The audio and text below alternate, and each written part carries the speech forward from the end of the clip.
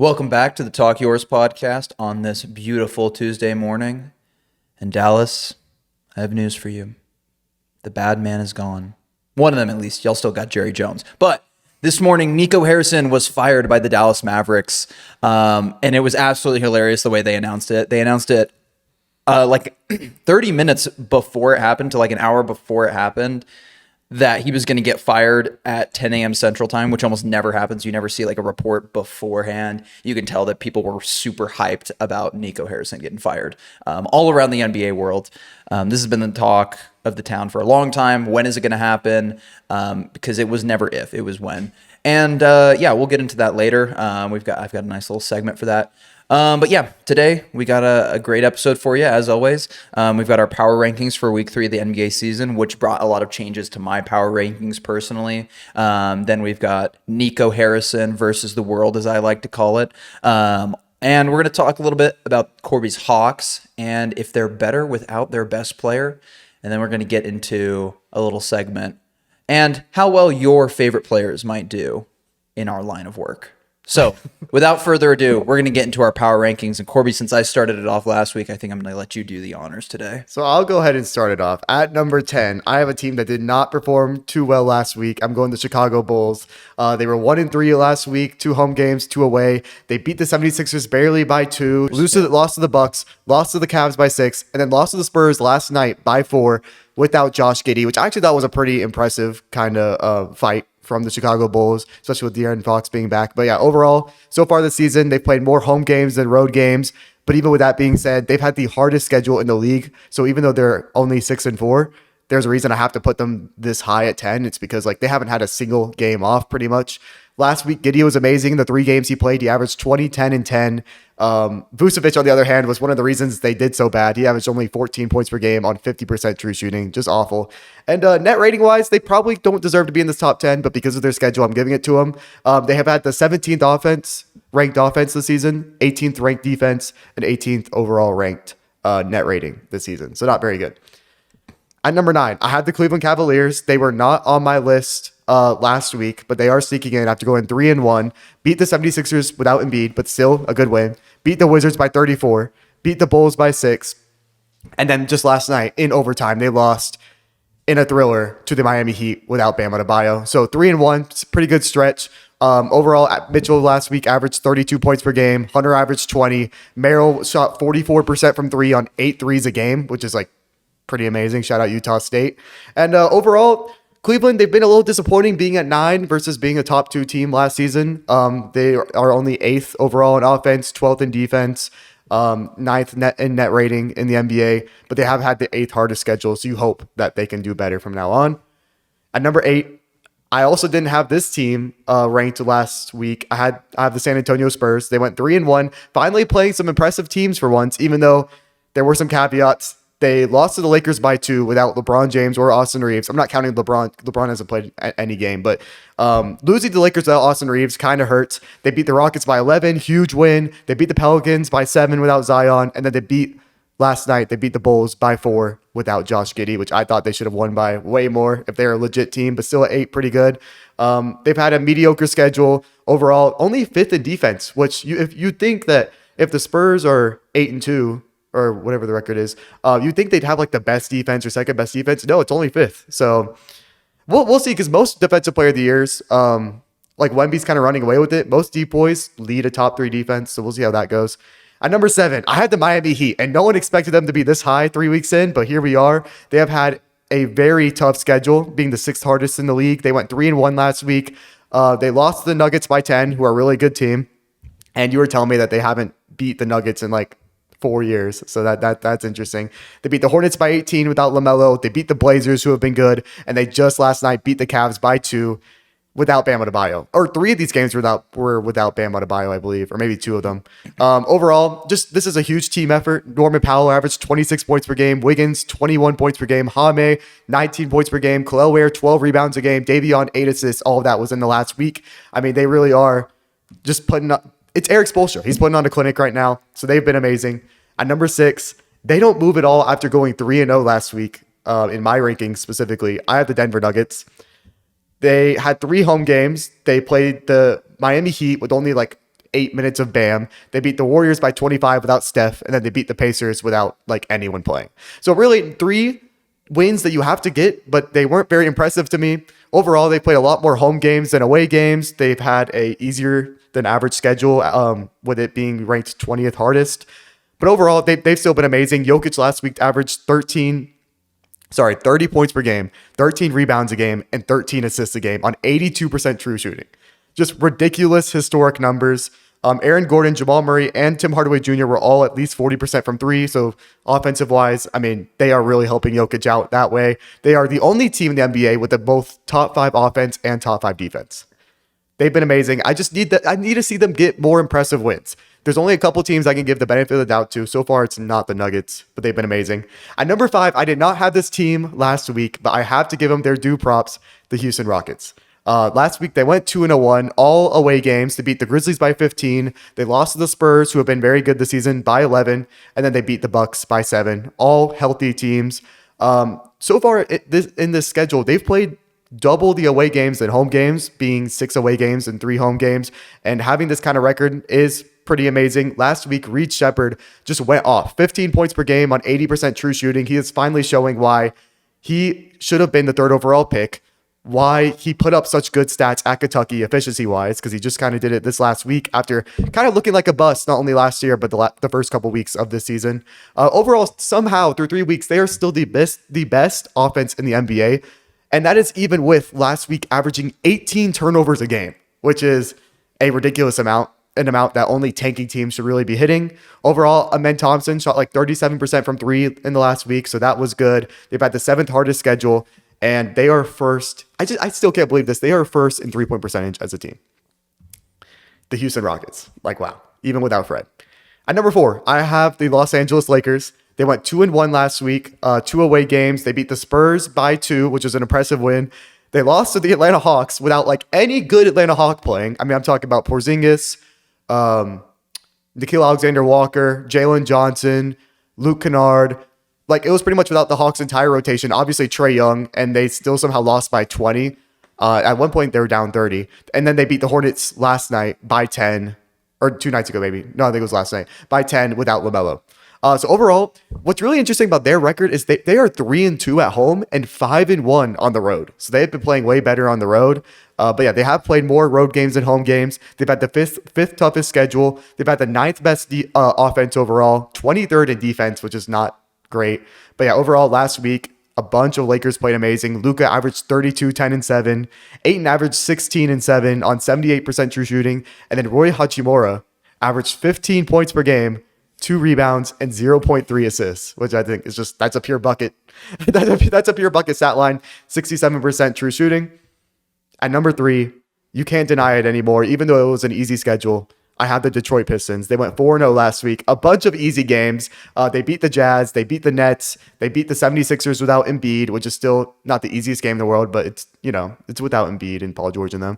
And then they beat the Wizards last night by 2 in overtime, which is just amazing that it came down to that. But honestly, and I don't like crediting teams for being hurt and winning, because at the end of the day, it depends on, if you're hurt, that's kind of on you. But yeah, the Pistons were without like their top 7 players besides Cade, and they still somehow pulled off the win with Cade Cunningham putting up the most misses in a game ever. But hey, if it's only bums playing with you, you got to empty the clip. That's something I respect. Last week, Cade Cunningham averaged 34 points per game, 11 assists, and then Duren last week averaged 23 and 16. He's been showing that he has potential to be an all-star even this season, as soon as this season. Darius Jenkins had a 24-point game last night versus the Wizards and a game-tying 3 where a bunch of players just fell on the ground. So shout out him. Pistons, 4th best defense, 6th best overall. Their schedule has been super easy. That's why they can't be like 1 or 2, even though their record is 9-2. They've had the 26th hardest schedule. So that's like what, the 5th or 4th easiest schedule. But overall, 4th in defense, 3rd in steals, 2nd in blocks. They are legit. At number 2, it might be a bit high, but I have the New York Knicks. I understand their record isn't as good as the Spurs, as the Pistons, as the Lakers. But for what I've seen, and they haven't had necessarily the hardest schedule. They've had the 10th hardest schedule. But yeah, they went 2-0 last week. They beat the Wolves by 23. They beat the Nets by 36. Do I care that much that they blew out these teams versus barely won? Not really, but I'm just giving the Knicks the benefit of the doubt of this is the best team in the Eastern Conference. Even if the record doesn't show it, they've just overall had this huge team effort of camaraderie. I mean, OG Anunoby last week, it wasn't Brunson, it wasn't Cat, it was OG Anunoby who led their who led their week in scoring at 22 points per game. Mikal Bridges has been amazing, 10-1 assist turnover ratio. They are fourth in the NBA in net rating. So when they are winning, I mean, you could tell by these last two games, they are really winning. And overall, I think the offense has been amazing. The defense will always struggle, just like it kind of did last year, even though they got Mikal and OG. I think they're the second best team in the NBA. And at number one, even though they have had by far the easiest schedule in the NBA, you got to go the Oklahoma City Thunder. They have over a 90% winning percentage. They went 3-1, getting their first loss just last week. It was all 4 away games. They beat the Clippers by 20 without Kawhi. They lost to the Blazers, OKC was on the back-to-back, so they didn't have many people playing. They beat the Kings by 30 without Sabonis, and then they beat the Grizzlies by 15. Overall, they have played way more away games than home games, being 4-7. But yeah, Shea has clearly looked like the MVP so far, in my opinion, averaging 32.5 points per game last week on 66% true shooting, 6-1 assist turnover ratio. And Shea has reached 30 points in every single game but one this season. So out of the 11 games, he has reached 30 points in 10 games. I mean, that is just the epitome of efficiency. Aaron Wiggins averaged 19.5 points. So I think he had 38 points in 2 games last week. Isaiah Hartenstein averaged 18 and 13 on 78% true shooting. It doesn't matter who's down. Dort, Caruso, Chet, J-Dub. It doesn't matter who's out. The next guy is going to step up at OKC. Like, I never even thought Isaiah Hartenstein could even play at this level. I always thought he was just a guy who his impact on winning doesn't even show in the box score, and it clearly has. he could do that, and it'll show in the box score as well. Overall, their net rating is 13.2, which is second in NBA history. Last year, theirs was, I think it was like 12.8 or something like that, which was fourth in NBA history. So they've been so far even better than last year. So that's all mine. The teams that barely missed out, I might have went on for a little long, but I was excited for this one. The teams that barely missed out for me were the Milwaukee Bucks. I had them around like 5 or 7 or something, and they're not even on the list anymore. I thought the Raptors are close, the Blazers are close, the Warriors, the Sixers, the Celtics, but they couldn't make it. Yeah, no, I do like your list a lot. Honestly, I feel like there's a lot of similarities in our lists, which might explain why I like it. We'll get into it. I do think you have the Knicks a little high. I think there's some other teams that have at least shown you this year what they're capable of doing, and the Knicks have looked fine, but I'm just not seeing the team that you're seeing. So difference of perspective. Before I start my list, I want to give an honorable mention to a couple teams. One, my Warriors. I would have them in the top 10, I believe, if Steph had played these last couple of games, but unfortunately he's been out with an illness for the last 3 games. Didn't get to see him play when I went to San Francisco, but I did get to see a Warriors win, which is always nice. But I think I'd have them on the top 10, but given the way they performed, doesn't matter if they have Steph or not. They're just not playing like a top 10 team right now. Another shout out to the Bucks. I think the Bucks have been really good so far this year, especially given the expectations that people had for them. I think they've lacked a little bit of consistency from their bench unit, and that is going to be a problem moving forward, especially with Taurean Prince being out several months with a herniated disc in his neck. Look for the Bucks to make some moves to bolster that roster, hopefully. But just to point out some guys, Bobby Portis, I have not been impressed by this year, and this was an opportunity for him to get a bigger role. But guys like AJ Green, Ryan Rollins have been stepping up, so hopefully they continue to do that, and they can find a little bit more support for Giannis, who is playing like the MVP right now. So starting off my list at number 10, I have the Cleveland Cavaliers. I believe you had them at 9. My reasoning for that is just that even with getting Garland back, I know it's early. He probably still has to get into the flow of things. They haven't looked quite as good as you would hope they would have, being that they won 64 games last year. And overall, Donovan's looked good, Mobley's looked good, but they've lacked that punch from the second unit that they had last year. That was such a big deal for them when they had Ty Jerome, and their guys off the bench have not been able to replicate that yet. Jalen Tyson has been a good addition to the lineup. DeAndre Hunter is obviously good if you can even consider him a rotational / bench player because he is in the starting lineup now. So I think the Cavs still are just as good in their first 5 guys as they have been, but my concern is definitely with that bench unit, especially as attrition sets in and the season goes along.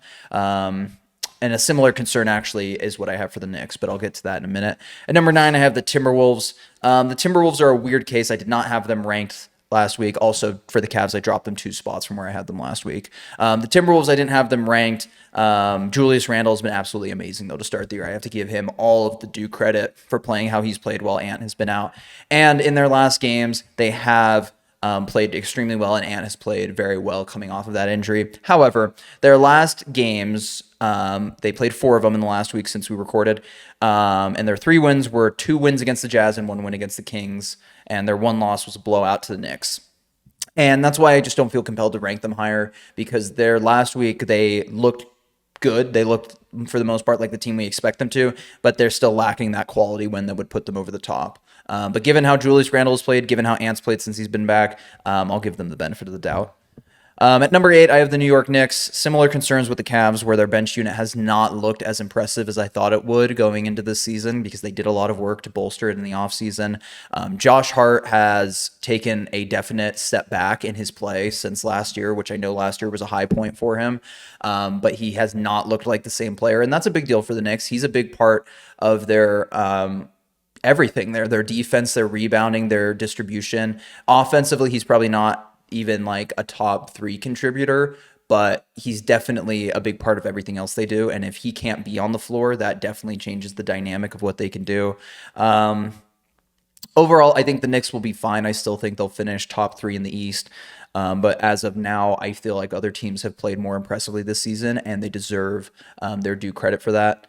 At number 7, on exactly that same point, give me the Miami Heat. I think we have them in the exact same spot. The Miami Heat have been incredible to start this season, and it really struck me when I was watching them play the Cleveland Cavaliers last night that this team does not look like a flash in the pan, because it's not just that Jaime Jaquez is going off every night and scoring a ridiculous amount of points on ridiculous efficiency. It's not that Wiggins has all of a sudden reverted back to his Minnesota days or his Golden State championship run form where he was absolutely incredible. It's not that Bam has become this 25 point per game scorer. Truly, what makes the Miami Heat such a good team, and we say it over and over again, it's super cliche, it's the Heat culture. It makes them so hard to contend with because they play as one unit. Eric Spoelstra, like you said, absolute coaching masterclass so far this year. But bigger than that, even when you look at the personnel, there are no holes on defense. They don't have any guys that you can attack specifically on defense. Maybe you want to go at Jaime Jaquez if you are a quick guard, but he holds his own too. He moves his feet well, and he's strong. Davion Mitchell is obviously a great point of attack defender. Bam is obviously a great 4/5 interior defender, as well as can step out and defend a wing on the perimeter. They have no holes on defense, and that's huge. That's something we saw from the Pacers last year, where no, maybe they're not the best defense in the world. Maybe they don't have all these great individual defenders, even though the Miami Heat do have better individual defenders than that Pacers team had. That Pacers team didn't have holes on defense. When they played as one unit, they were really hard to beat, and I feel the same way about this Heat team. At number 6, I have the Houston Rockets. I'm a little surprised that you're higher on them this week than I am, albeit one spot. Houston is one of the teams I have going to the finals this year. I have them representing the West.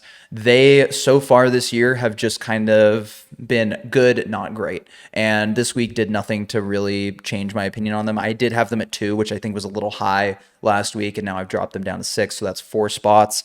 They beat the Bucks, they beat the Grizzlies, lost to the Spurs. It was a solid week. It wasn't a great week. There were other teams that had better weeks and have had better seasons so far, and I want to give those teams benefit of the doubt. Especially going to this next team, number 5, the Denver Nuggets were a team that I have not really given credit to this year. I did not even have them ranked in this past ranking, and that was a definite mistake, and I will admit that, because the Nuggets have looked really good to start the year, especially Nikola Jokic. Nikola Jokic is looking as good as we've ever seen him, which is an incredible thing to say. Now, I know we're saying Shea looks like the MVP, Giannis looks like the MVP. Right now, you look at his numbers, it's probably Jokic. He's having a better season than he had last year, which is insane to say, even though we're only 10 games in. But the Nuggets have looked really good. They have the second best net rating, but their competition is weak. They've played like the second best team in the NBA, but so far I have yet to see them get that quality win. And they're kind of in the same boat as the Timberwolves, except the Nuggets have played better to this point, so I'll give them that benefit. But I want to see a quality win out of the Nuggets. If I do, I could easily see them being top 3 in my rankings next week. By the Number way, 4. wait, real quick. I just Yeah. want to interrupt you Yeah. because I'm going to forget this. Yeah. Third best net rating so far in NBA history is the Nuggets. Wow. Which obviously it's only through 11 games or 10 games, whatever. But yeah, third best in NBA history. Pretty incredible. I mean, if we got it, I would not be mad at a collision course between Denver and OKC in the conference finals. But at number 4, I have the San Antonio Spurs. I think they have looked really good to start the year. I think they've beat some tough competition. And I think you have to sometimes look at who the dogs are on that team and give the benefit of the doubt to them. And I keep saying benefit. I'm on my benefit shit today. I don't know what's going on. I'm not using it for the rest of the podcast. Okay, I'm cutting it off. I'll I've reached my word hold limit. you to it. But Victor Wembanyama is that guy, and he is not just a hyper talented individual with potential that shoots through the ceiling like we've seen in previous years. No, this guy has realized his potential, and it is a scary thing for the league. He is simultaneously both the best offensive and defensive player on the court at any given time, which is not something you can say for a lot of guys in NBA history, right? But he's the best defender in the league. And honestly, when it comes to offense, he is bordering that top 5 level where it's like, how do you stop this guy? With his efficiency, his handle, his ability to get to his spots, which he is doing now, it is pretty incredible. He had a couple off games, which was maybe a little concerning for a second, but he's an incredible basketball talent. And when you look at how guys like Stephon Castle are performing, they just got De'Aaron Fox back. Luke Cornett is hurt, but he's been a great backup center. This team looks like they're for real, and I think they are. At number 3, same spot you have them, I have the Detroit Pistons. The Detroit Pistons are the other finals team that I had this season. You guys can go back and check our video if you think I'm bullshitting. But he really did. Yeah. But yeah, I had the Pistons and I had the Rockets. I want to see that Thompson twin matchup in the finals. I want to see 7 fights a game. I want it. But the Pistons are my number 3 team in the power rankings because they had an incredible week. They were the only team to go 4-0 over this last week. And yes, their level of competition was not great, but again, Cade Cunningham is a dog, and Isaiah Stewart has been a great big man off the bench, and Jalen Duren has taken a 4th-year jump that has been incredible to look at. Not only is he averaging 19 and 12 with a block and a steal per game, he's also shooting 81% from the free throw line. And in thinking about that, how do you stop a guy who's dominant at the rim who can also shoot free throws? You can't. It's really hard to do. And you talk about them getting Jaden Ivey back. That's only going to bolster their offense, which has already looked good to start the year. They have one of the better defenses in the NBA. And I think even if they are not going to maintain this level of regular season success for the whole year, this is showing people that the Pistons are a dangerous team and to look out for them come April. Number 2, though, and obviously we know who my number 1 is going to be, but number 2 is the Los Angeles Lakers. The Lakers, without LeBron James, without Austin Reeves, without Luka Doncic, both at times, are finding ways to win. They are simply, without excuse, winning games. And Luka Doncic has looked absolutely incredible. I feel like I'm going to say this about like 5 or 6 different guys. He looks like an MVP. There's so many guys that have looked like an MVP to start this season, but Luka Doncic is definitely in that category. And you know what? Fuck it. So is Austin Reeves. That guy has been playing absolutely incredible to start the year. And when you talk about Ayton now starting to find his rhythm and his stride, Roy starting to find his rhythm and his stride, and you got 25 points from Nick Smith Jr. the other night when Luka and Austin Reeves were both out. Jake LaRavia has looked like a great rotational piece for the Lakers. And they don't even have LeBron. They are this good at this point in the season. And you can say the Spurs lost to the Lakers without Austin Reeves, and you can use that against them. I'm going to use that for the benefit of the Lakers because I think the Spurs have looked really good this year, and the Lakers beat them without Austin Reeves. So, I mean, when you talk about if they can contend with the best teams in the West, I definitely think they can. Right now, they look like if they had LeBron, they might be the best team in the league. But we haven't seen what LeBron looks like in that offense yet. We haven't seen if Austin Reeves and Luka are going to maintain their level of play. We haven't seen if DeAndre Ayton's going to be consistent or if this is a flash in the pan. We'll see. The Lakers look really good right now, though. So I've got them at number 2. And at number 1, I've got the Thunder. Every reason you stated. They're the best team in the NBA right now. Sure, their competition has not been very strong. They have the weakest strength of schedule out of any team, but they're beating the teams that are in front of them until they lose to them. I mean, they lost to the Blazers by 2. That's their only loss this season, and the Blazers have been a very solid team. I can't say anything against the Thunder. They don't even have their second best player yet, and they have the best net rating in NBA history. So it's definitely getting scary with the Thunder. Second. So yeah, Yeah. that's what I got. Just to correct you second, because the number one net rating is the 96 Chicago Bulls, which we'll see if it ever gets beat. Because, by the way, the Thunder are 10-1, so this pace is for them to lose, 7 or 8 games? Yeah. And that's probably not going to happen. I could be wrong. That's crazy. The Bulls were that good. They were that good, and they weren't like, well, it's because they never took their foot off the gas, No. I really think if the Thunder were a team that never took their foot off the gas because they're saving it for the playoffs, which is something that honestly has only been around in the NBA for like the last 20 years, maybe they would be just as good as the Bulls, but we'll never know because it's not smart. Like the playoffs matter so much more than some regular season record, to be honest.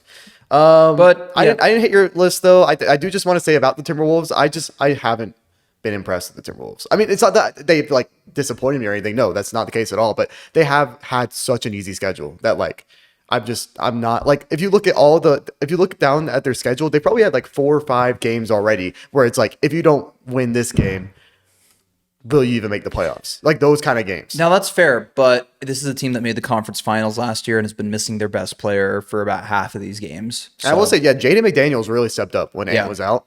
Kind of made me think that, maybe Jaden McDaniels is being held back offensively because he's playing with guys like Randall and Ant, and like it's just too much. And before it was Cat and Ant. But then again, is it worth losing Ant to see if Jaden McDaniels can discover that? No, it's not. So Jaden McDaniels is a great piece for the Timberwolves, but he's not your superstar. No, I don't have a ton to say about your list either. I feel like we actually got way more into it when we were talking about it, and we have fairly similar lists when it comes right down to it. We have pretty similar ones. I will say sometimes basketball kind of makes me think that 2 + 2 isn't 4. Mm-hmm. That's kind of the way I think about this LeBron Lakers thing. Like, I don't know how much better the Lakers will get, if at all, with LeBron. And I've seen people say that LeBron's going to make the Lakers and Luka worse. I won't say that. But what I will say is at his age, how much defensively is he giving to this Lakers team? Because so far they have been 23rd in defense. So I get that, right? But when you talk about guys that you can plug into any lineup and they're going to be a net positive throughout NBA history, and those are the best players, you talk about guys like a Nikola Jokic, you talk about guys like a Steph Curry, you talk about guys like Kevin Durant, and then you got your guys that are so good that it doesn't matter their play style, they're going to be good on any team. Michael Jordan, Shaquille O'Neal. LeBron James is the epitome of that guy. I mean, he can do so many things on the basketball court that aren't scoring the ball, that won't take away from other people, and he can score really efficiently. Now you talk about defense. Maybe that's a concern at his age. But I think that he still can hold his own defensively. And I think that when it comes right down to it, whose minutes is he going to be taking? It's going to be like, they may not even drop the minutes of the other guys. He may just take like some minutes from the guys at the end of the bench.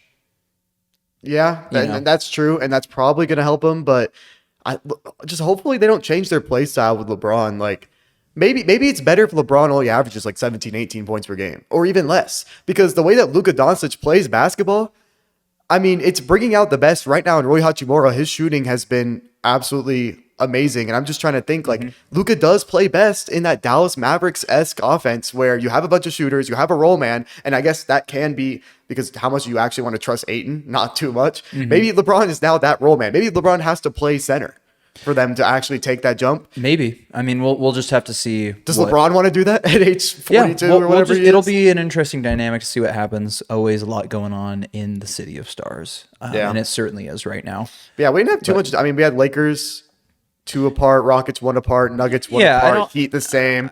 I don't really need to I think we kind of expressed how we feel. We feel similarly. I think the Knicks are our biggest gap, and that's just a matter of what you see versus what I see.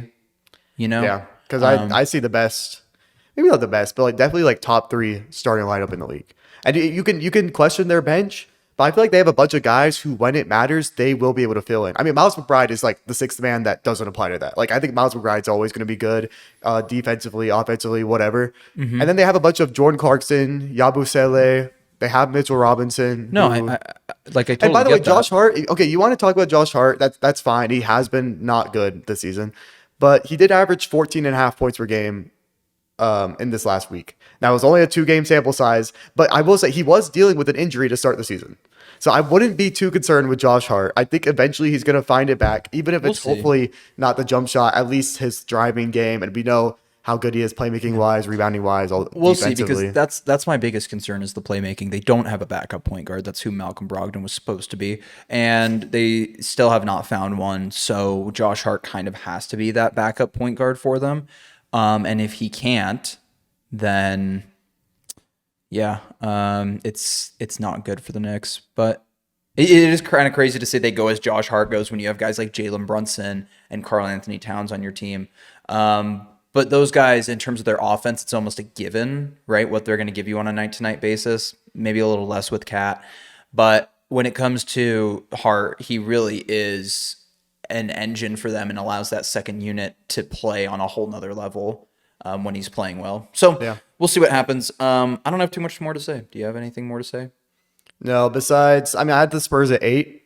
Most likely within the next couple of weeks, they will go up because they now have De'Aaron Fox, but I don't think they were as good without Fox. By the way, Fox has played amazing. He's averaged, I think it was like 23 points per game in the last 2 games like 22, he's played. 60% shooting. Not many assists, but...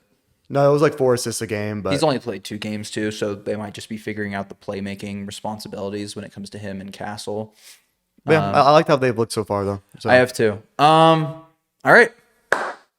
Big news of the morning, right? Came out at 9:30 Central Time, 8:30 our time. The Mavericks would be firing Nico Harrison in this. There you go. Perfect. Corby's choking just like Nico choked. Nico had a perfect situation, and he royally overthought himself into a corner.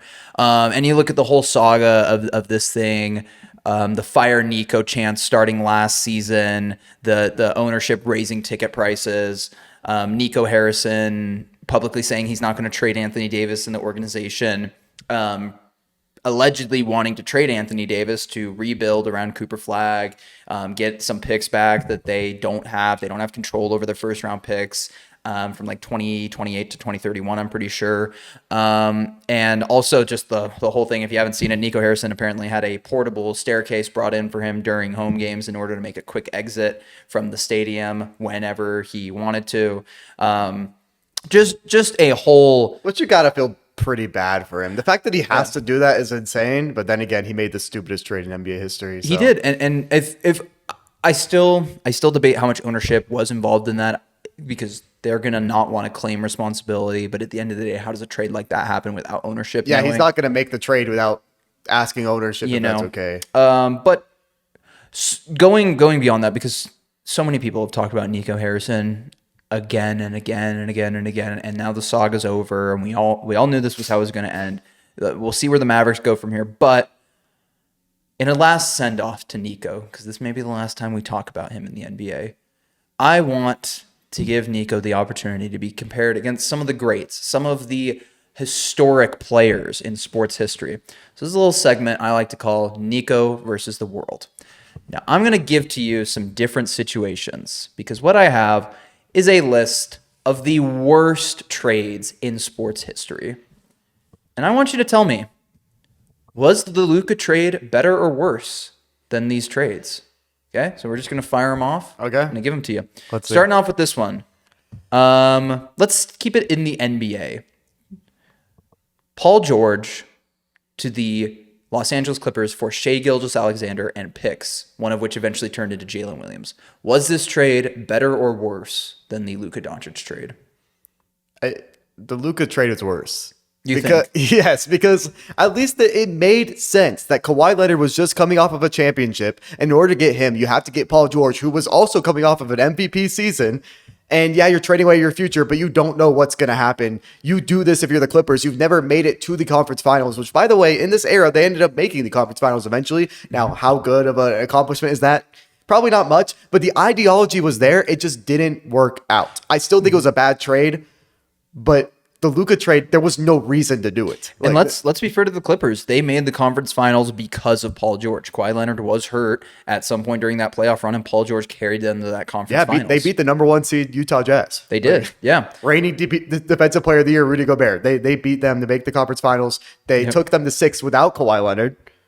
It's just unfortunate that Suns team was that good. Even they didn't end up winning it, but yeah. Yeah. All right. Now, we're going to shift our attention to the NFL. We're going to keep it in Dallas, though. Okay. Micah Parsons to the Packers for Kenny Clark, and a 2026 first and a 2027 first. Was this a better or worse trade than the Luka Doncic trade? There aren't very many football trades that can be worse than the Luka trade, because Luka Doncic is a whole team by himself. As good as Micah Parsons is amazing, but the writing was kind of on the wall that he was going to be traded, so they had to get rid of him. They at least got what you said, a first round pick back, and is it bad? Yeah. But Micah Parsons is great in his role. He can't win games by himself. That's not how football works. Luka Doncic can win you 50 games by himself. He is legitimately generational. Luka trade by far. Okay. Worse. Well, I'm glad you said that, because we're going to stick on football for a second here. Okay. I'm glad you think that there are no NFL trades that can be as bad as that trade. Russell Wilson to the Broncos for a 2022. Russell Wilson and a 2022 fourth round pick to the Broncos for Drew Lock, Noah Fant, Shelby Harris, a 2022 first, a 2022 second, a 2022 fifth, a 2023 first, and a 2023 second. Now, do you want to hear Russell Wilson's stats with the Broncos? Or are you familiar? I know they were terrible. I know they were bad. And that is a lot of picks. Remind me, how many first and how many second round picks again? So it was 2 first round picks, 2 second round picks, and a 5th round pick. For reference, Sauce Gardner got traded for 2 firsts straight up this past. Well, 2 firsts and a wide receiver. Yeah. And he's a top 3 corner in the NFL. And he is, yeah. I saw Jets fans crying about it, which that doesn't make sense because you're terrible. I'm still going to give it to Luka. I think until you prove me wrong, Luka Doncic was the worst trade in sports history. Fair enough. Okay.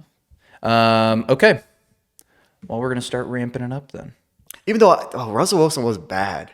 Russell Wilson was bad, yeah. And at least Anthony Davis doesn't play. Okay, yeah, we're gonna keep firing these off. I'm curious if there's any that you're gonna think are worse. And we're gonna switch to the NBA here for a second. We're gonna go to one that a lot of people still look at to this day as a horrible trade for a team that we mentioned earlier. James Harden, Cole Ulrich, Daquan Cook, and Lazar Hayward to the Rockets for Kevin Martin, Jeremy Lamb, a 2013 first, and a 2013 second, and a 2014 first. Was this a worse or better trade than the Luka Doncic trade? The Luka one was so much worse because Harden kind of had to leave. They couldn't pay. I don't know. Details about that era have come out with people like KD himself telling Harden, "You need to get out of here. You need your own team." Mm-hmm. The writing was on the wall. They didn't want to pay him. I guess you could say that they should have just paid him. Mm-hmm. And for that reason, it could be similar. But at least you got some picks back. Yeah. Luka didn't get you any picks. No. I know you got Anthony Davis. You didn't get any picks for Luka Doncic. Kind of crazy. Yeah. Your Luka trade is still worse. Yep. All right. Now, we only got a few more left. So let's get through them.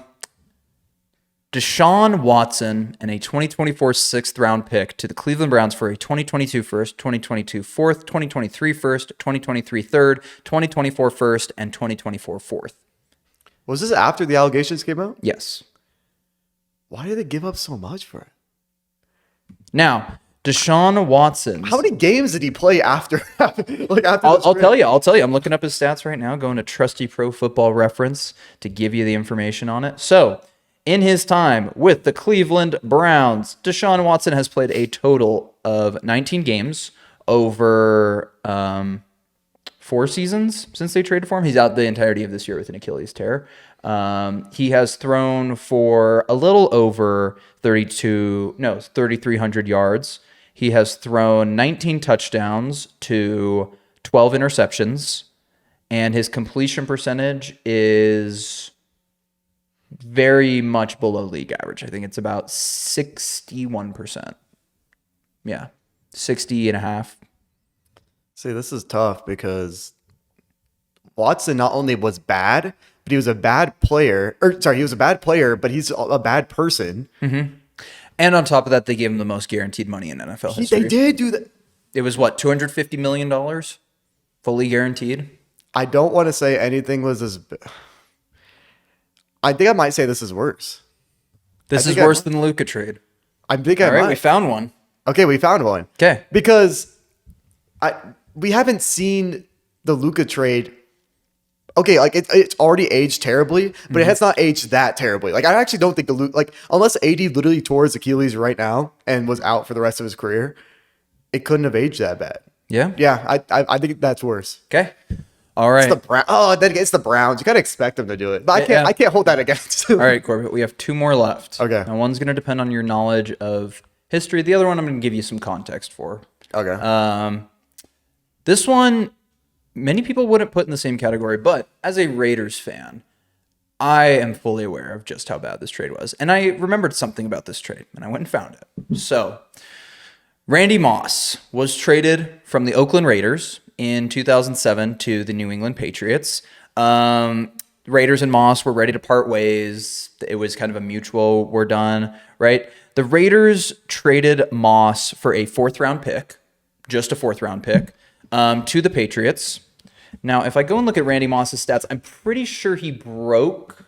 It may not have been that year, but I'm pretty sure with the Patriots, he did break. Yes. In the year that they traded him to the Patriots, he had 1,500 receiving yards, 98 receptions, and 23 touchdowns. In one season. The next season, he had 1,000 yards and 11 touchdowns and 69 receptions. And the season after that, he had 83 receptions for 1,300 yards and 13 touchdowns. So all in all, he had about 3,800 yards and 47 touchdowns with the Patriots in 3 years. 47 touchdowns? That's like a touchdown a game. Now, this on its own is not horrible. Here's the bad part. The Raiders were offered a trade. The Raiders were offered a trade for Randy Moss.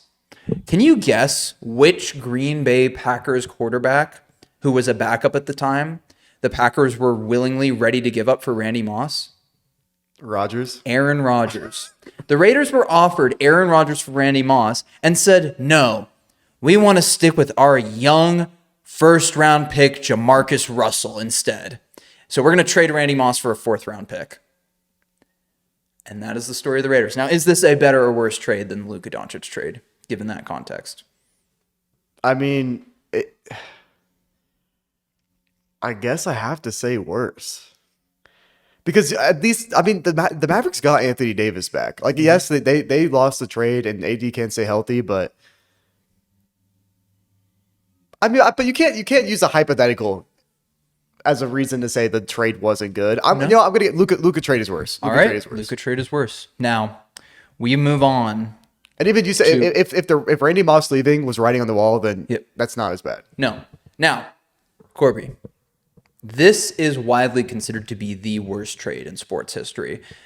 We'll have to see how the Luka Doncic trade plays out, but this one, for the impact on the franchise, the organization, the teams, the players, the fans, all of it, this has been considered for a long time to be the worst trade in sports history.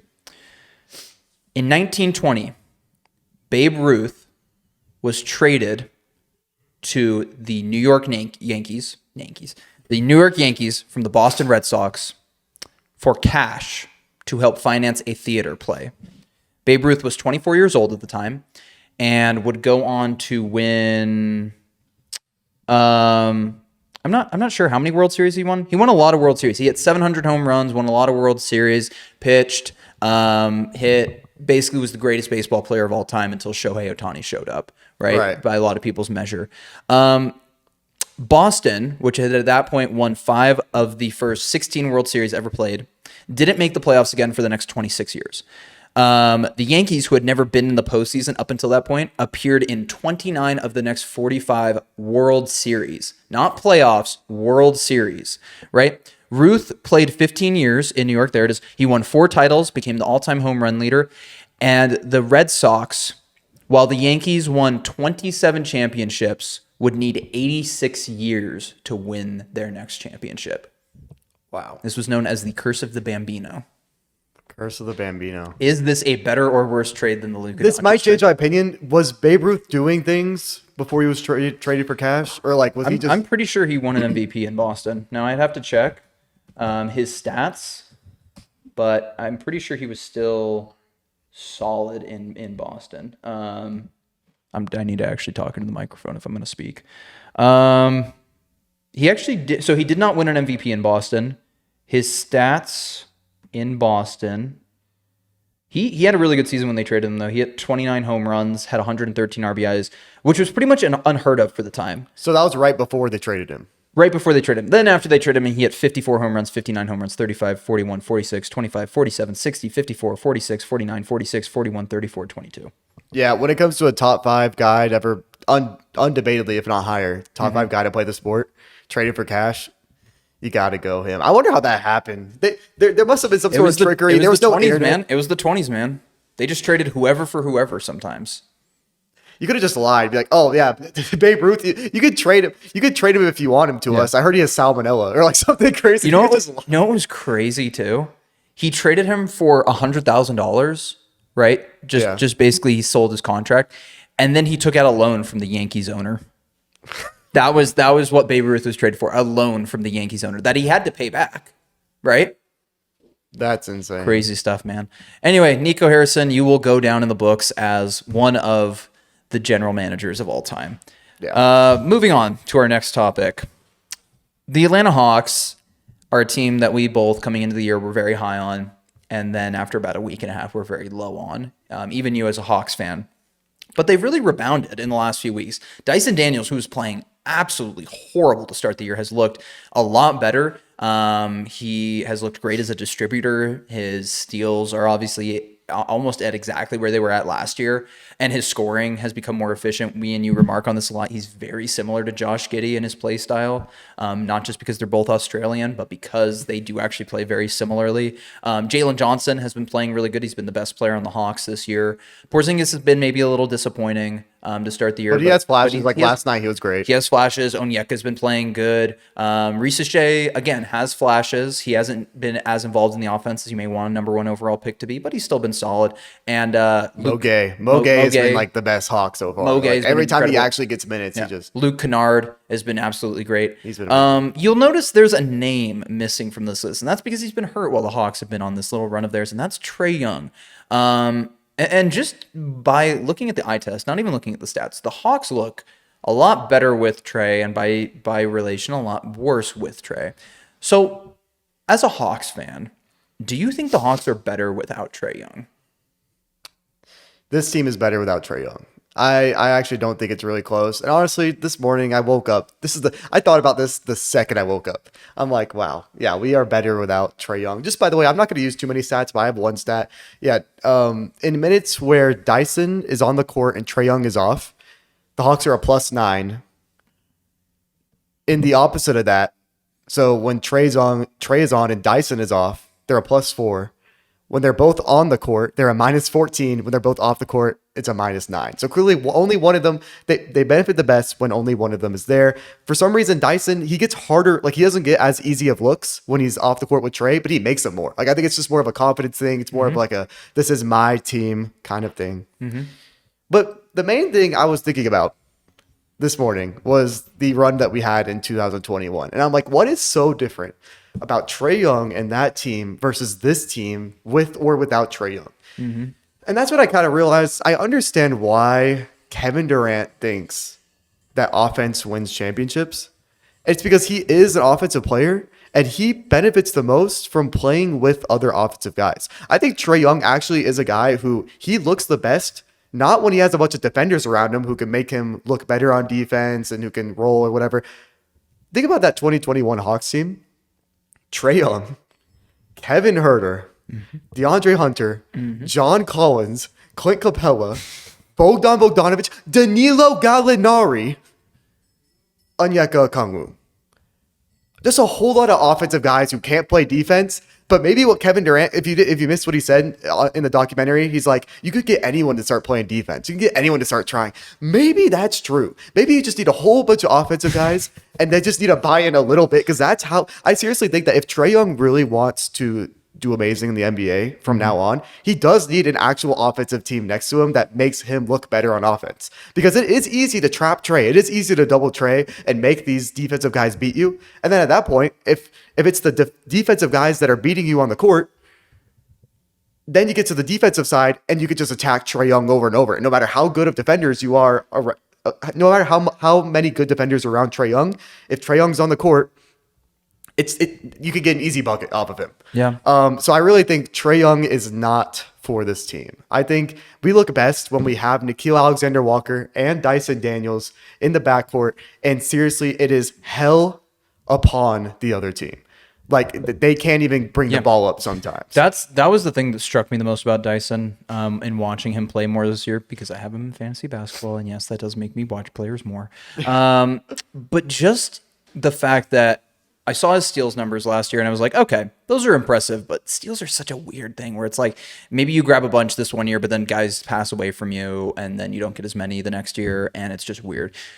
Dyson led the league in deflections by far last year, and you can see exactly why. The guy gets his hands in every passing lane. He gets his hands on every ball. He affects so many possessions where he doesn't get steals because it costs you like 2-3 seconds to go get the ball back after he tips it away. It throws you out of the rhythm of your offense. You can't make the passes you want to make. You can't make the moves you want to make. He is legitimately such a problem on defense that I don't even think he gets enough credit for it. No, his defense turns into offensive points. Mm-hmm.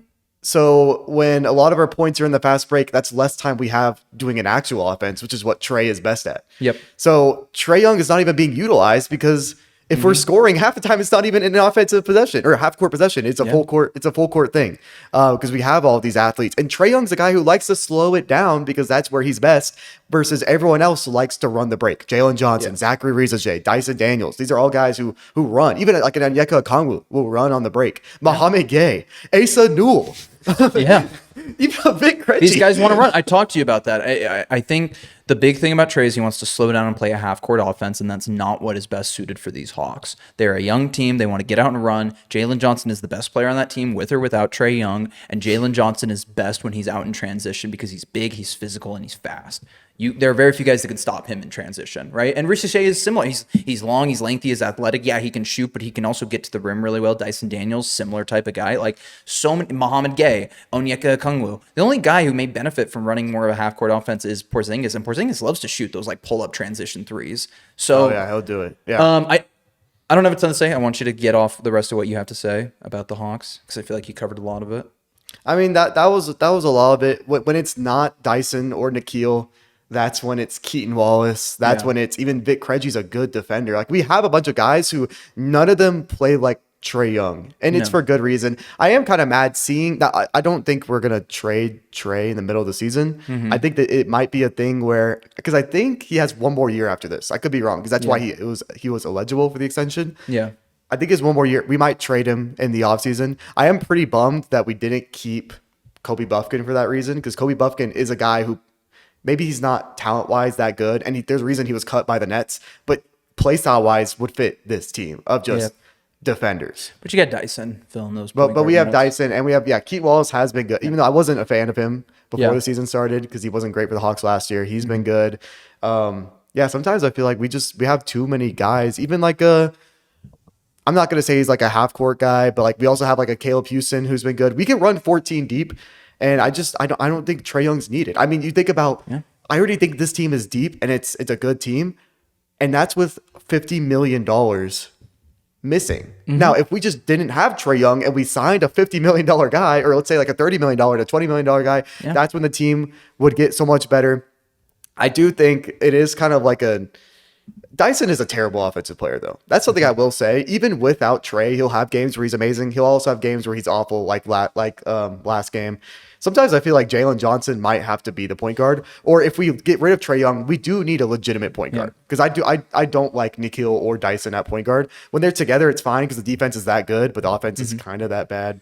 I think it's interesting. I think the big reason we didn't re-sign Trae Young was there was potential that he couldn't fit on this team, but it mostly probably was Trae was asking for $50 million plus. Because I think if you asked for $40 million a year, Hawks probably would have given it to him. Yeah. Because we play it safe. which is something that Nico Harrison can't do, even though they just made the finals and the Hawks have been 500 the last 4 years. Crazy stuff. So, well, yeah. Yeah, I don't have too much more about the Hawks. I just wanted to give this quick little shout out to Dyson Daniels and also a comparison. So in games with Trae Young, in 30 minutes per game, he was averaging 5.4 points, 2 turnovers, 2 steals, half a block, 3 assists, 5.5 rebounds on 31, 33, 50 splits. In games without Trae Young, no, get away. Just give me those games. In games without Trae Young, he is averaging in 36.5 minutes a game, 13 points, somehow like half the personal fouls too, which I didn't even mention that, but 3.5 before, 1.8 after, 2 turnovers, 2.5 steals, half a block, 7 assists, 6 rebounds on 56, 29, 70 splits. And one reason it could be, okay, because all this could be coincidence. Like, don't even get me wrong. I don't really, at first I was saying that. Now I kind of don't think it is. One reason the fouls could be half as much, though, is because when Trae Young's getting beat off the dribble and Dyson has to defend out of position, it's a lot easier to foul. Yeah. So yeah. I also agree. I think the Hawks are better without Trae Young. I think there's a better fit for him out there in the NBA. You think it's realistic that he could be traded before the deadline? I do. You do? I think there are some teams hungry for a point guard that would trade a good amount for Trae, and I think the Hawks should take advantage of that. Yeah. But trade to an actual offense. And you can kind of say that's technically the Rockets, even though I still kind of don't think their offense is legit. Like right now, they're the best offense in the league. Trade Trae. Like, what's a good offensive team that you can honestly? Trae for Ja is such a weird trade, but Ja fits that team a lot better than Trae does. I don't want Ja Morant. Just being honest. I don't want Trae, but I don't want Ja. Like, going for, swapping the two might help, morale-wise for Memphis, but it doesn't really help. I mean, Ja likes to get out and run, though, more. He does. Like, he'll play more of a fast-paced brand of basketball. So the offense would change. I want to get away from the whole paying a point guard $50 million to not play defense. Fair enough. But yeah, that's kind of everything we've got in terms of real NBA content. Now we get to have some fun. Let's have some fun. So we often like to sit here and judge NBA players based on their performance when we are simply podcasters. But in the sense of fairness, I think today we're going to judge some NBA players on their ability to be podcasters. So we've got ESPN's top 10 players in the NBA, and we're going to give each of them a letter grade on how good we think they would be as podcasters. Does that sound fair to you? Yeah. Okay. So we're going to start with 10. We're going to go to 1. We're going to go through these decently quick. We'll get them knocked out. But I think some of these guys are definitely a lot better than others when it comes to our line of work, because this is hard stuff. We got to sit down. We got to talk. We got to be entertaining for you guys. Do you know how hard you guys are to entertain? I mean, gosh, it's such a difficult audience. Yeah, it's tiring. Yeah. I need a nap just thinking about it. We only do it once a week for a reason. Yeah. The other 6 days, we're just the other 6 days I need to sleep. I need to hibernate to get my energy back. All right, cool. Number 10? Yeah, number 10 is actually already a guy who has a podcast. It's Jalen Brunson. Yeah. I'm going to give him a B+. Mm-hmm. Because he is entertaining, don't get me wrong, and he has stories, and he'll get people from New York, and also you got to take into consideration he's with Josh Hart. Yeah. But Josh Hart is like an A- or A. Like Josh Hart, I'm not gonna say carries that podcast that they have. I forget the name of it. But all the funniest clips come from Josh Hart. Josh Hart's willing to say the most outrageous things versus Brunson's like kind of there, but not as much. Like I give Brunson a B, honestly. Yeah. Without looking at the rest of this list. Maybe, I think he'd probably rank around like 3. Yeah, like he's hot. Because he's a podcaster. He does the podcast stuff, and he's good at moderating, I think. But when you talk about the entertainment value, it is Josh Hart. I mean, Brunson will say something like talk about the Knicks or talk about like the city of New York, and then Josh Hart will be like, yeah, I think you have to kill TJ McConnell. It'd be like, breast milk isn't so bad. Like, I love Josh Hart, man. Number 9, coming up strong, Kevin Durant. I don't even know what I'd grade him. I don't. Well, because he's had a podcast before. Yeah. So I'm giving him like a. The problem is Kevin Durant is a guy that works best in those settings when he's bouncing off of other people. Yeah. He's not, unlike his position on the court, he's not great as an initiator. in the podcast sense. But in terms of responding, that's when he's at his best. So I feel like him running a podcast would not be as entertaining. But as if he him was just- with a crew, kind of like Paul George, like he'd be on that Paul George level, maybe like a little bit less than Paul George in my Yeah. opinion. But he'd have to bounce off. I think the most notable podcast moments of Kevin Durant's career was probably like him with like his podcasts with women, or like his interviews with women are always pretty funny because he's like low key flirty. like or that was on hers. It was show, on hers, like, but yeah, but just him the in thing that, with Kay Adams and then yeah. him doing the podcast with I Show Speed. I don't know if you saw that. That was funny. But Speed was kind of like Speed has to show the energy, and then Katie knows how to respond to the Katie's high just, energy. I think that's the thing. Like Katie has to be a response. Like Katie's got that very dry sense of humor. Well, he smokes all the time. Yeah. That's probably. I'd give Katie a B-. I'll give him a C. C? Because like he has a podcast, Actually, let me and no look. one's watching Let it. me look at who the other guys on this list are. No, you can't. No, we're doing it blind. We're Why? doing it blind. Go on. Why? All right. All right, I'm giving him like a C. But yeah, Number 8, LeBron James. another C. I'm sorry. I'll give him a C-. Because maybe this might change when he retires, but actually I don't think anything's gonna. I think some players, they hold back while they're playing in the league because they don't want to say something wrong or do something whatever. Maybe LeBron James might say some out of pocket things, but he's in all of his years of podcasting, because he's done it for a couple of years now. Now it's not like frequent. It's not like once a week. But he Yeah. has the one with Steve Nash right now. Yeah. But it's not a must watch because he kind of just he doesn't talk like he doesn't. You don't believe anything he says. No, that's the problem with LeBron is he doesn't say anything that's like funny enough to get you watching, and he doesn't say things that you believe. Like, I don't know, LeBron's he's just like He's more of like a moments guy, like Yeah. the Taco Tuesday and stuff like or that. like and I feel like one of the cool things about watching him talk is just his level of knowledge about the game. But in terms of a podcaster, I don't know. People watch him because he's LeBron. If he wasn't one of the greatest of all time, he'd be an F. He's but- he's a C-. You want to listen to him because he's one of the greatest. Number 7, Stephen Curry. I don't know too much about Steph. Like he kind of keeps to himself. He does. He doesn't do too many podcasts. When I've seen him on Draymond Green's, he's usually very like low key. Like I feel like he's on that same level of LeBron where maybe when he retires he'll talk a lot more about stuff. Yeah. But I feel like most of the best things you hear about Steph are from other players. Like that story about him talking to Boston's bench in the finals, that comes from one of the Boston's bench players. Stories about like him dropping whatever it was. What was it, like 40 in China or something during an exhibition game? And yeah. Shumpert was like, man, let him shoot that shit. And then he just started like knocking up him dropping 52 in the Garden. All those stories come from other people. He's not a guy who really like. But he might tell if he retires. He might touch Again, on he's a those guy that stories. could go up like LeBron after he retires. Right now, I got to give him a C. I just don't know. I go B- because I can listen to people talk about jump shooting forever. I love my favorite podcasts ever, and because they weren't funny, they weren't too entertaining. Yeah. But it's when JJ Redick and Cameron Johnson would talk about shooting and like the things that you realize, like the amount of detail that goes into their craft. Have you listened to Steph talk about Clay's jump shot before? Yeah, he says Clay's is It's the perfect jump shot. so cool. He says he doesn't Okay, for encourage that- anyone to shoot like him. He encourages everyone to shoot like Clay. As a general podcaster, I still give him a C. But for me, like I can see why I would definitely, listen to him more. Yeah. Number 6. It's an interesting one. Anthony Edwards, I'm going A+. I'm not even like I don't. Yeah. Anything this dude says is entertaining, even if he had to talk for an hour and a half. He just get it's like Jeff Teague. He'd get a couple of dudes from Atlanta, and then just like. But Jeff Teague is, that's the thing. Anthony Edwards is not this like great storyteller the way Jeff Teague is. That's why Jeff Teague is so entertaining, because that dude can tell a story, right? I mean, do we know he's not a great storyteller? I guess we don't know. But Anthony Edwards is like, he's entertaining though for sure, but he's almost better as a guest in some sense. Probably, but he'd have some stories. Like, I really think I forget what the top 5 look like. I could only imagine. Yeah. But he's gonna be the best one here. I think so.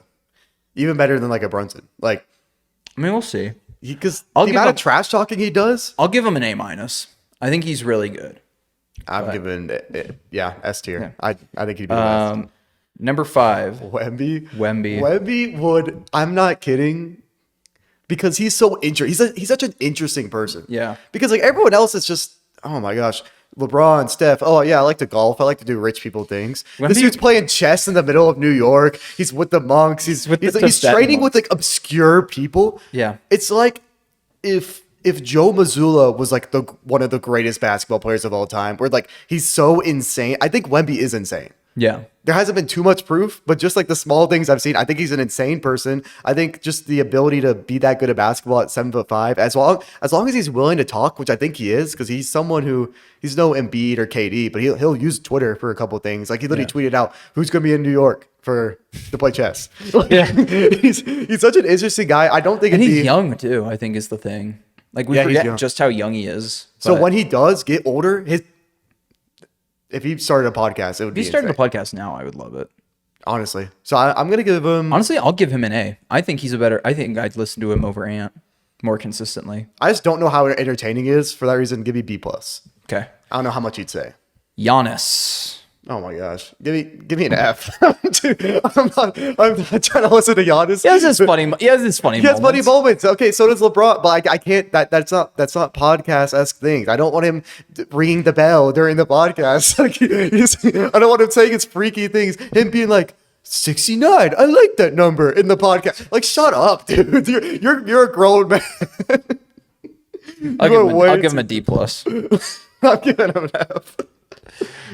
Luka Doncic. And then part of me with accents, like I'm just always gonna lower you just a little bit if I can't fully understand you or if I have Fair to enough. think. So Luka, he's just a guy who he's like, and we'll get to the other European. He has like some like funny moments again, but like okay, actually he was on though. Was he not on Redick's podcast before? Like before Redick coached the Lakers? He might have been. I think he was also with Steve Nash, like the Steve Nash LeBron podcast. He's just kind of a shy guy. He's shy. I don't know how, because he's like, did you see he's like top 100 in the world in Overwatch at one point? Like people who like that, I like, because I love video games. People are really good at video games. I respect it. But you are spending a lot of time doing that. I don't know how interesting you could be doing that and professional basketball. But then again, he's always playing overseas. So like he's really into it. I'll give him a C-. I'll give him a C. Yeah. Number 2, Shai Gilgeous-Alexander. Give me an F. I don't hate that, but I'll give it like, I feel like he'd probably bring some interesting guests on. Like he would. But he is way too cool. He's too nonchalant. Podcasters can't be that cool. Podcasters, because if you're that cool, you're probably doing something else. Like it's not relatable. Like it's not that's one reason people like listening to podcasts. I'm not here for the Shai. Dude, he starts every podcast with a poem, like like a little Instagram post. Gosh. He like reads off his latest one, like, when they didn't believe in you, he was down. But now that you're up, they want to be up with you. But they can stay down where they were at before, because that's where they wanted to put you. Stay up. Big dog shit. So how are you going to say that for an hour and a half? How are you going to keep that going? A conversation between him and Drake, though, would be funny for all of the wrong reasons, because it would just be the two of them going back and forth trying to see who can be the most nonchalant. One thing I will say, though, is I did watch a podcast with Shai's dad. I forget which pod it was. I don't remember. It might have been... No, it wasn't even like a T. Oh, I think it might have been Gilbert Arenas. Gilbert Arenas' podcast. Shai's dad was an entertaining dude. But like... Dads are always funny. That's good. You have to grow into that. Yeah. For that reason, give me a C. Yeah. I think there's probably a reason people love him, like his teammates love him so much though. Like maybe he's cool to talk to, or maybe he just I don't know, pays him. I want to hear your ranking on this one first. Number 1, Nikola Jokic. Give me like a D. I don't want a Jokic podcast. Give me an A+. Get the hell Because no. Just hear me out. Okay. This dude, he has such a dry sense of humor. This is the funniest guy in the league. Like, I don't care. Like, have you seen that video of him that recently, like Aaron Gordon had that dunk in the NBA Cup? Yeah. And they asked Jokic about it. And they were like, what did you think of AG's dunk? And he's like, he had dunk. He made dunk. And then he was like, when did you make dunk? And then they go and show it to him, and they show him the video of it, and he watches it, and he pauses it, like literally pauses it, and goes, I was open, and then walks away. Like doesn't even watch the dunk, just points out, goes, I was open, walks away. Dude, that's pretty funny, but I don't. This dude is so funny, and the thing is, like, if he had a podcast, he's not talking about basketball. He's talking about horses. I don't want to listen to... No. If I want to listen to anyone in the world talk about horses, it's Nikola Jokic. I would listen to Nikola Jokic. You know what? Fair. If I want to listen to anyone in the world about horses, I'd go to him. I don't want to learn about horses. I want to learn about. What does he have to say? What is so interesting about them to him? It's I don't know. It's fascinating to me. A+, best podcaster in the league. Yeah, no thanks. I mean, again, like the guys like Luka and Jokic might have interesting like trash talk stories and all that, but even I would want to hear him talk about like the Morris twins and stuff like that. He has gotten into it. He got ejected in 2021 versus the Suns, but I can't do it. Yeah. All right. Well, that's all we got for you guys today. Appreciate you joining us. If you made it to the end, let us know which NBA player do you want to see start a podcast the most, just so we know who we should really try to push for to get on this show. You know, who would I pick actually? Who would I want on the show? It's someone who's like been through a lot. Like, give me I mean, who's playing in Utah right now? I mean, that'd be the easiest. Call up. I was gonna say John Collins isn't even. John Collins isn't even here. Give me Walker Kessler. Dude, give me Kevin Love. Oh yeah, Kevin Love. Yeah. All right, we got to call it up and make it happen. But yeah, thanks for joining us. It's been fun having you. And like, comment, and subscribe if you enjoyed this. It really helps us out in a big way. And we hope to see you next time. Peace. Yeah, peace out.